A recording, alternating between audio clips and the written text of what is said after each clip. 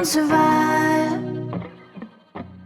What's up, guys? It's your boy Moho, and I'm going to be giving you guys some hardpoint tips on how to actually play this game on a competitive type basis.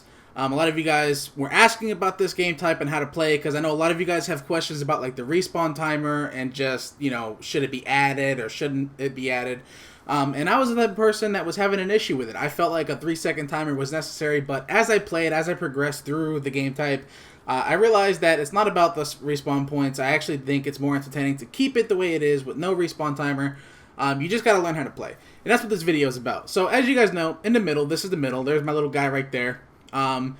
This is where it spawns first. Now there's a couple things you could do. You can either come straight from the middle and go in and try to take out the people that come bottom, which you're pretty much going to meet them head to head. Or you can go back alley around here. It's going to take you a little bit. Make sure you don't get picked off, because if you get picked off, then it's going to be useless. But you can come back here, and you can try to counter them and kill them off and try to get yourself at least 10 to 15 seconds in the timer. One thing you have to understand about hardpoint is it's all mathematics, basically. So within the first 15, I like to go around 25 seconds. I let my teammates go in the middle, do their things, and try to hold the hard point off. And what I do is I try to go back to the next hard point to try and hold that one off and try to flip the spawns. And what I mean by flip the spawns, I mean you have to get it to where your team is spawning closest. So in this particular spot, I would come in here already, as you can see my little character already in here, and I would wait until the spawn point actually spawns in here. And when it spawns in here, that's when my teammates will start spawning closer to me. So I kind of get like ahead of the enemy team and just get my teammates set up for the spawn trap. Or not the spawn trap, but the spawn flip. If I wanted to flip spawns, I wouldn't stay inside there. I'll just stay back here like this. This way my teammates will spawn either gas station or back barn over here. So that's what you guys want to know. But keep in mind, this is the one thing that I was having a hard time with. On this certain game type, you have to make sure that you have at least one person flip the spawns every time. So after maybe when there's 25 seconds left, since it's kind of a hard, since it's kind of a long way to the granny house, which is where the next point would be, I like to tend to take 25 seconds, dip out, let my team struggle over there and fight, 3-on-4, and set up in this position here. And what I'll do is I'll sit back here like this, or I'll already be in granny house. And what that's going to do is that's going to flip the spawns, and it's going to allow me to have my teammates spawn near me. It's very important that you do this. A lot of teams don't know about this yet, and a lot of teams are just going off of just playing the hard point the way it is, right now, where after you get done with the time limit that's in the previous hill, you make your move.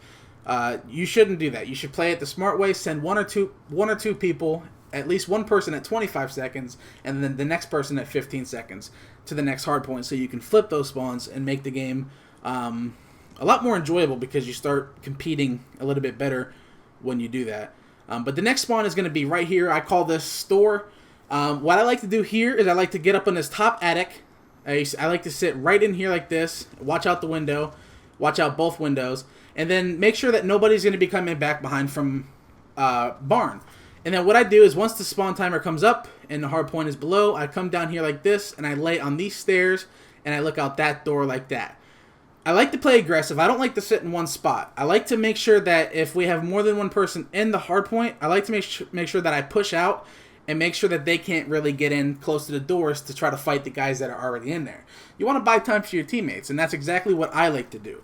On this side, this is the most typical side you're gonna face off against somebody. They're gonna be behind this, they're gonna be behind this, or they're gonna be anywhere in between here.